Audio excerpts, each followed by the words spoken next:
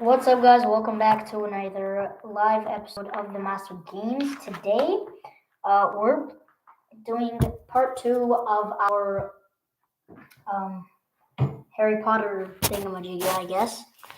I have blocked out the camera. I'm not that dumb, I guess. but um, I am reading Harry Potter Order of the Phoenix. This is part two. Okay, let's get started. Making a racket like a starting pistol right outside our. I didn't make that noise," said Harry firmly. Aunt Petunia, thin, horsey face now peered beside Uncle Vernon's wide purple one. She looked vivid. Why were why were you lurking around our window? Yes, yes, good point, Petunia. What were you doing under our window, boy? Listen to the news. Listening to the news, said Harry in a resigned voice. His aunt and uncle exchanged looks of outrage. Listening to the news again? Well, it changes every day, you see, said Harry. I don't Don't you be clever with me, boy. I want to know what you were really up to. I don't give me any more of the listening to the news tosh. You know, you know perfectly well that you're lot careful, Vernon. Breathed Aunt Petunia on Uncle Vernon's lowered his Uncle Vernon lowered his voice so that Harry could barely hear him.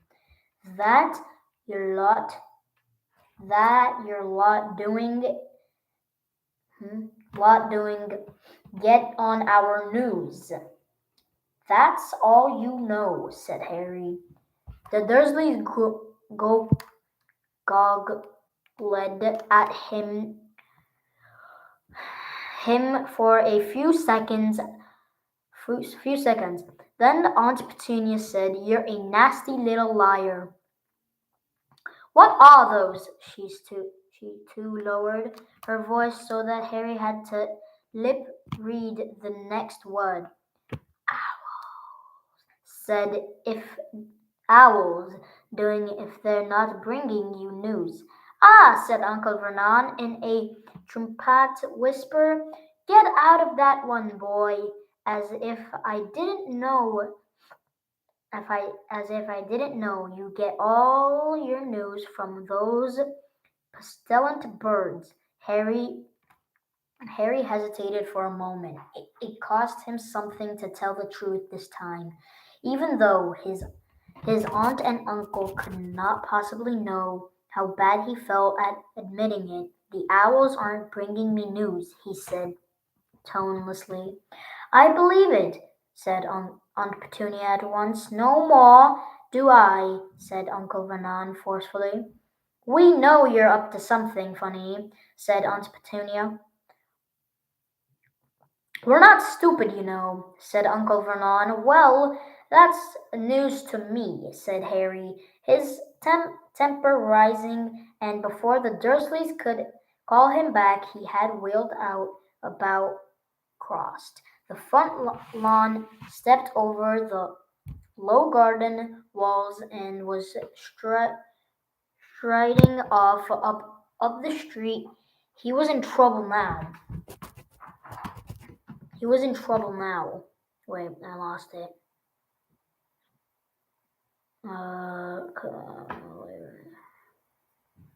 Okay, I totally lost it. Okay, yeah, I got it. He was in trouble now, and he knew it. He would have to face his aunt and uncle later and pay the price for his rudeness, but he did not care very much just at that moment.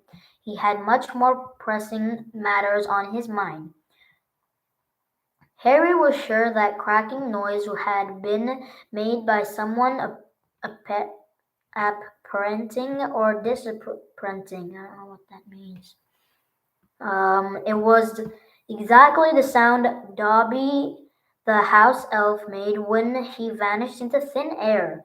Was it possible that Dobby was here in Private Drive?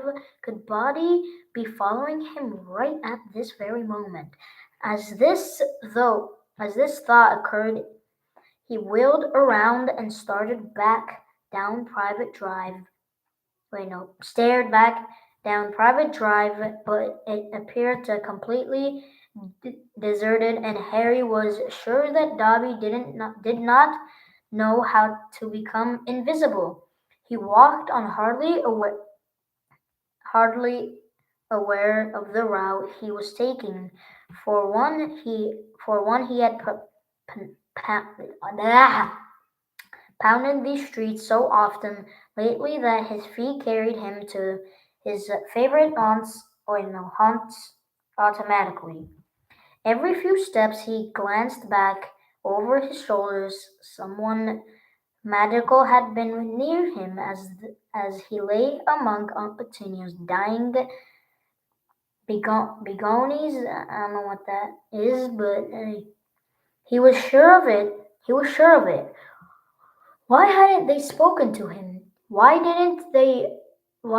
hadn't they made contact? And why were they hiding now? And then, as if his feelings of frustration peaked, his certainly leaked away. Perhaps it hadn't been a magical sound after all. Perhaps he was so desperate for the tiniest sign of contact from the world to which he belonged he belonged that he was simply overreacting to perfectly ordinary noises.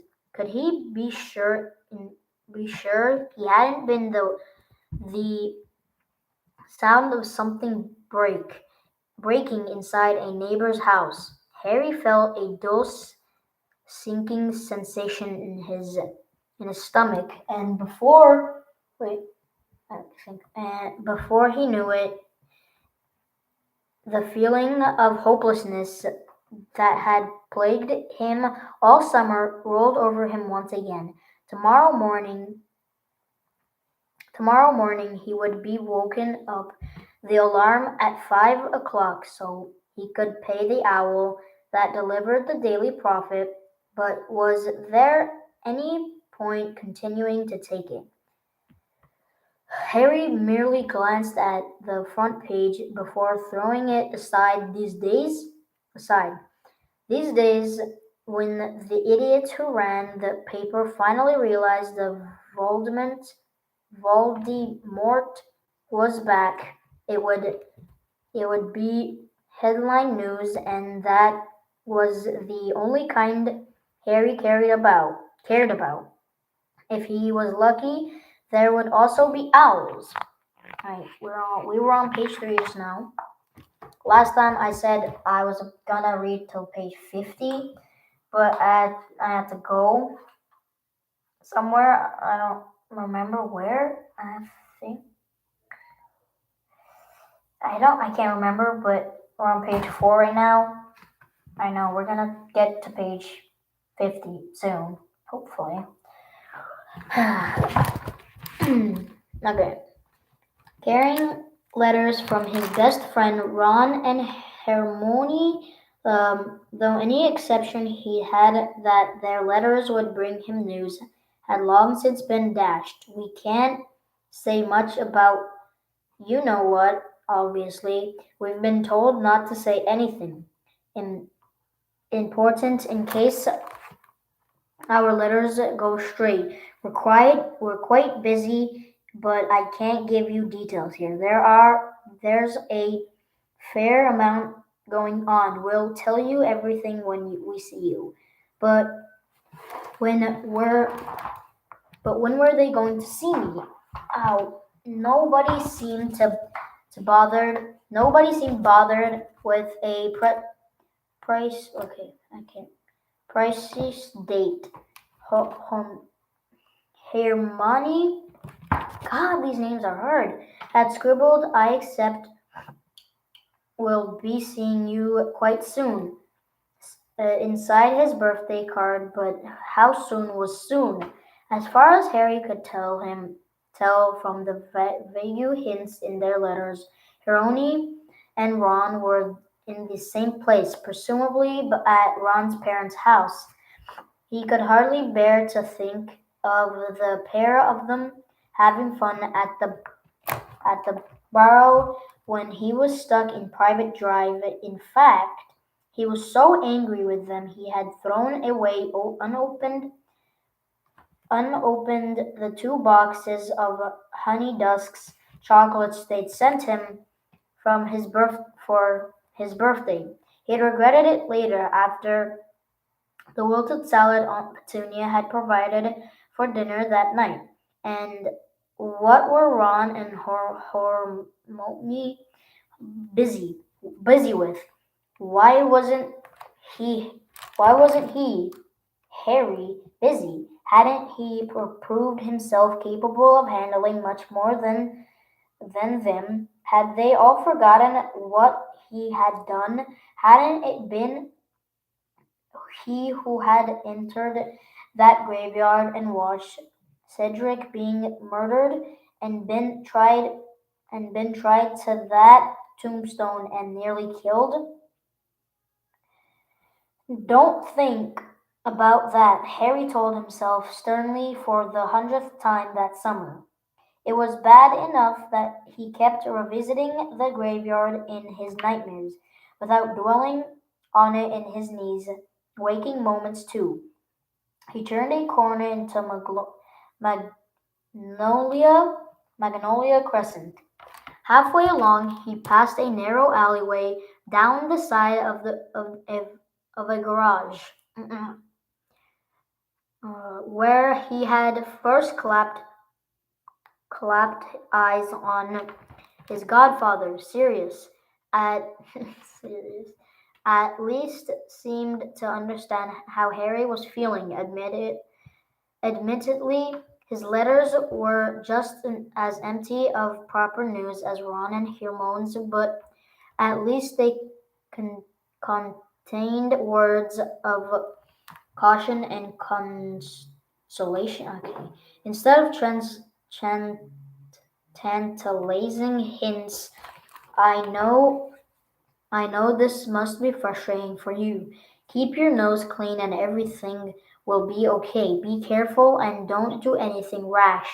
Well, well, well thought Harry. So as he crossed Mongolia Crescent, turned into Mongolia Road and headed towards the darkening play park, he had by and large.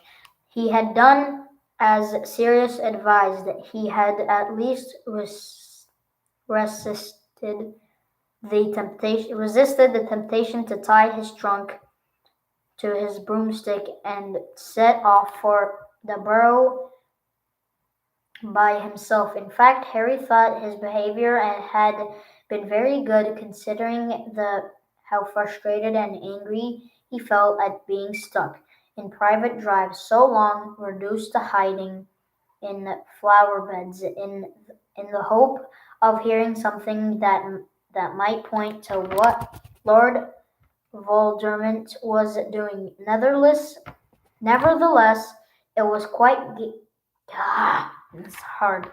Galling to be told not to rash by a man who had served 12 years in Wizard Prison Azkaban, escaped attempt escaped attempted to commit the murder he had been convicted for in the first place, then gone on the run with a stolen hippogriff. I believe that Harry vaulted over the park gate, locked park gate and set off across parched grass. The park was as empty as surrounding streets. When he reached the swing, he sank on to the only one that Dudley and his friends had not yet managed to break, coiled one arm around the chain, and stared moodily at the ground. He would not be able to hide in Dudley's flower bed again. Tomorrow he would have to think of some fresh way of listening to the news. And that's it for today. I hope you enjoyed. Have a nice day and subscribe.